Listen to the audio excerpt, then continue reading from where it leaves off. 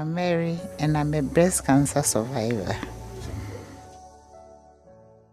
I was diagnosed at the age of 54. That was 6 years ago. I normally check my breast to see if I can see something. So one day I was checking it, and I saw that there's a lump somewhere. So I had to call my sister to recheck to see if what I saw is true. So after she checked it, she said yes, she could feel the lump there. So I had to go to the hospital. She advised me to go to the hospital because my sister is a nurse. So I decided to go. So when I went to see the doctor also examined it and said no, there is a lump. He had to take a sample to the lab to be sure of it.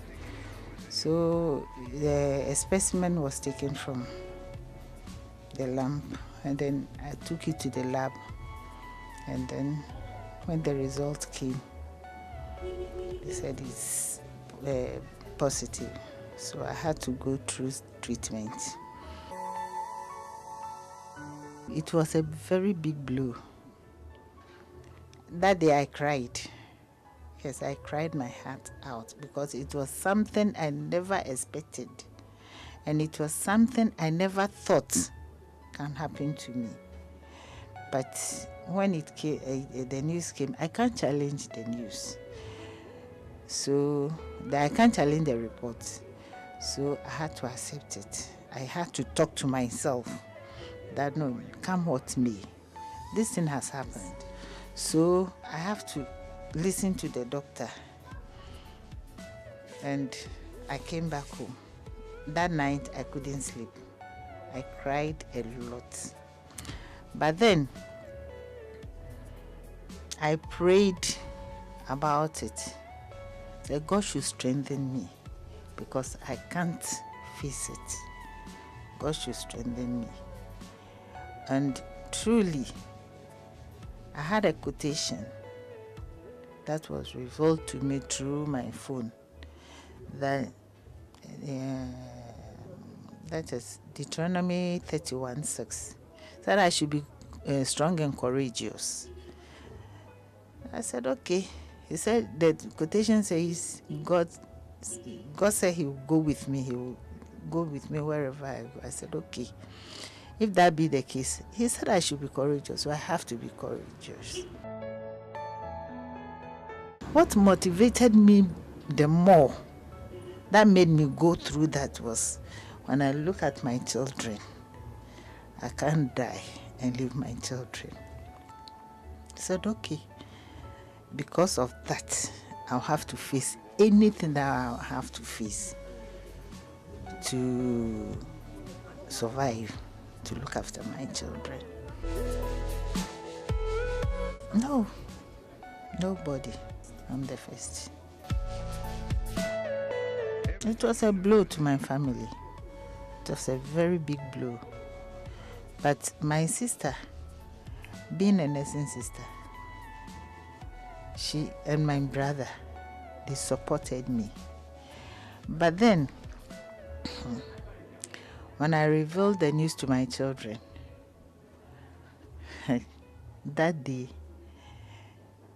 it looks as if someone is dead in the house. I, being the victim, I had to encourage my children. And I had to talk to them and calm them down. That this won't be the end. I know I have a God that will make me survive. Because he said, I held on to that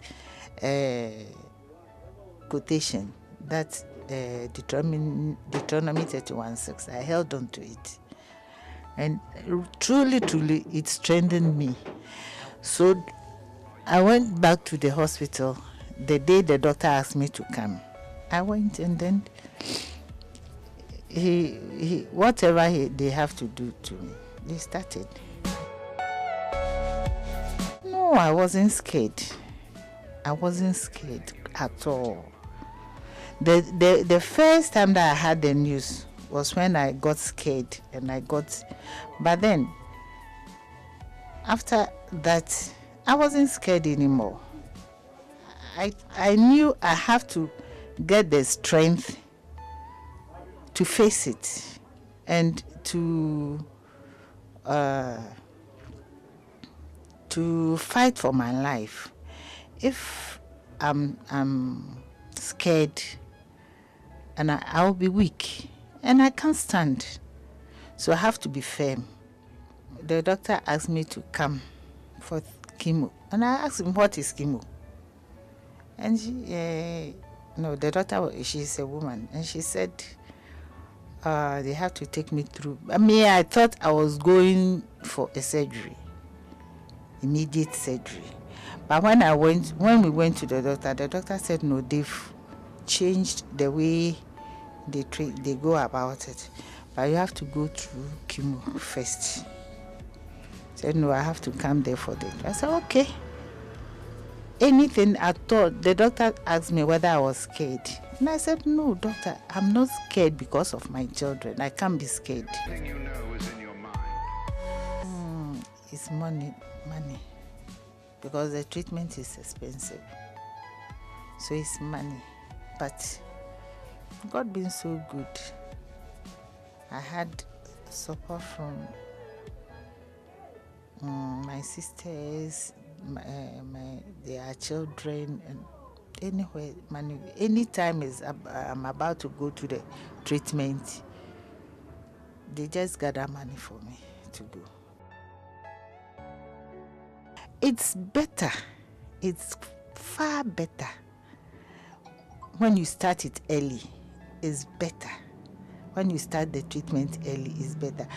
When I started the treatment, I met other people who came there rather late. Sometimes we just interact and then we talk to ourselves, we ask questions. Some come late, maybe after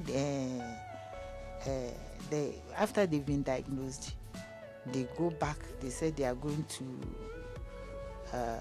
churches for prayers. They are going for medicines from other people, give them things to rub on their bodies and all. But all that don't work. You see, you have to come. It's rather better.